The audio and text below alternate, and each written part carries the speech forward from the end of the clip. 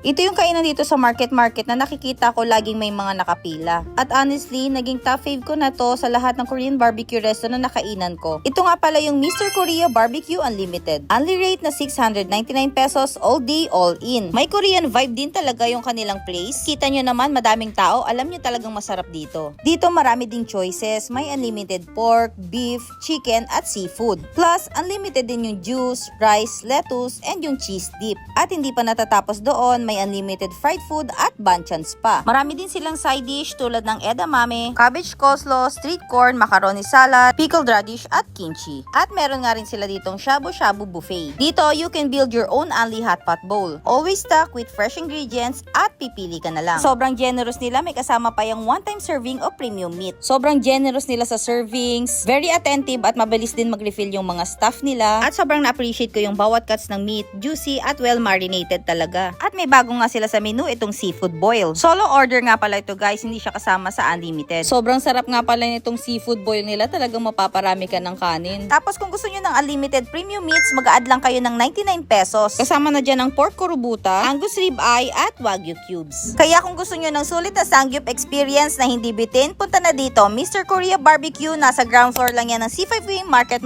Taguig. Perfect for barkada, family o kahit date night.